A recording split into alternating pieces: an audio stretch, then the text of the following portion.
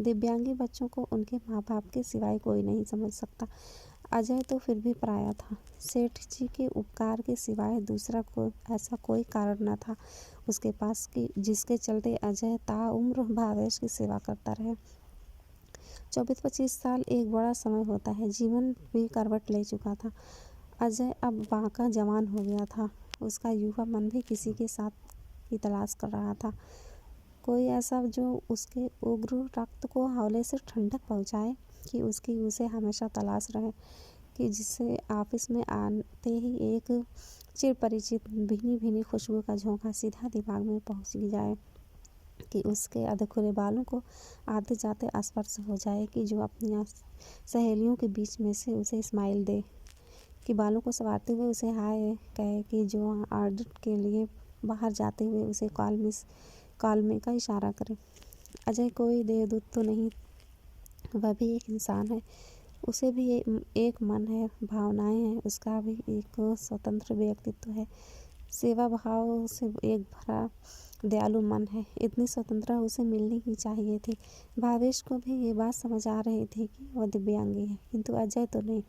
वह सक्षम है, लेकिन अजय तो नहीं।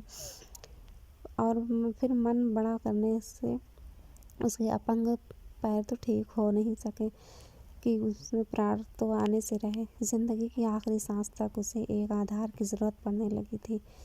यही कटु सत्य था और रहेगा। ये सब सोचकर भावेश कभी कभी बहुत बेचैन हो जाया करता था। पसीने से सराबोर वह अपने नसीब को दोष देने लगता। सोचता, उसे इतनी बुद्धि मिली, 2 व्यक्तित्व पैर मिल गए होते तो किसी का क्या बिगड़ जाता। अब क्या भगवान के घर पर भी अंग प्रत्यंग आउट ऑफ बॉर्डर होते होंगे क्या? किस सोच में पड़ गए मित्र? अजय ने भावेश को छूते हुए पूछा। तुझे अंजलि पसंद है क्या? भावेश ने अजय से सीधा सवाल पूछा। अजय चौंक कर उसके माथे से पसीना बहने लगा। तुम्हें किसने बताया? अजय ने हकलाते हुए पूछा। फूल अगर खिला हो तो सुगंध तो अपने आप फैलती है, भावेश कुटिलता से बोला। ऑफिस में सबको पता है तुम्हारे और अंजलि के प्यार के बारे में। सॉरी, अजय ने धीरे से जवाब दिया। अब इसमें सॉरी वारी कहने की कोई बात नहीं है भाई, भावेश हंसते हुए बोला। तो क्या मेरा जीवन भर का गुलाम है? ऐसी बात नहीं है, तुम्हें ये ना लगे कि मैं तुम्हें छोड़कर चला जाऊंगा, इसलिए मैंने नहीं बताया, अजय अपनी वकालत करता हुआ बोला। भगवान के घर से बुलावा आ गया, तब भी नहीं जाओगे? भावेश मजाक करते हुए बोल उठा। अजय उसके पास आया और नीचे उसके पास बैठते हुए बोला। ये सब कब और कैसे हुआ? कुछ पता ही नहीं चला। बहुत अच्छी लड़की है रे वो, कहता हुआ अजय सुनने में कहीं खो सा गया। ये हेलो, वो रीमियो कहाँ खो गए जनाब? भावेश अजय की आंखों के सामने से हाथ हिलाता हुआ बोला। मैं अगर तेरी जगह होता तो शायद मैं भी यही करता। मुझे भी एक बार प्रेम में शुद्ध बुद्ध खोने की इच्छा होती। कहता कहता भावेश भी कहीं खो सा गया। दोनों में से एक को प्यार करने की इजाज़त नहीं थी, क्योंकि वह अक्षम था और दूसरा सक्षम होते हुए भी प्यार कर नहीं सकता था। कितना विरोधाभास है, नहीं क्या?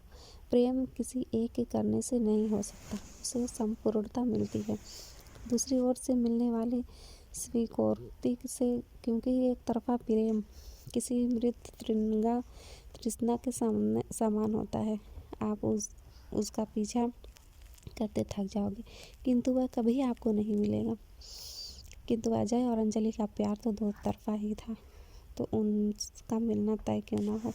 अजय एक बुद्धिमान, कर्तव्यनिष्ठ और आकर्षक युवा था। अंजलि भी सुंदर, मिलनसार और होशियार लड़की थी। दोनों सीए बनने वाले थे, और क्या चाहिए किसी को। वे दोनों तो पहले दिन से ही एक सफल जिंदगी की शुरुआत कर सकते थे। नहीं, ऑफिस भी इन दोनों के प्यार की चर्चा जोरों पर थे। सभी उन्हें मेड फॉर एच अदर कहा करते हैं। लगभग साल भर बाद अंतिम वर्ष का रिजल्ट भी आ गया। वे तीनों सीए की परीक्षा में उत्तीर्ण हो गए। अजय अंजलि की खुशियों तो समा ही नहीं रही थी, लेकिन भावेश कुछ विचलित सा लग रहा था। मैंने उससे पूछा, आगे क्या करने का इरादा है? वो बोला, देखते हैं आगे क्या लिखा है अपने नसीब में।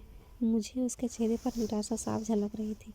मैं मन ही मन उसके भले के लिए प्रार्थना कर रहा था, और मैं कुछ कर भी क्या सकता था।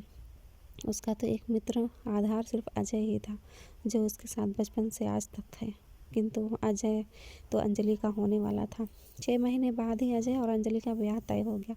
नए ऑफिस का सेटअप और शादी दोनों कार्य एक साथ आ गए थे। वह भी उतने ही महत्वपूर्ण और ज़रूरी थे। दोनों की भागदौड़ अपनी चरम सीमा पर थी।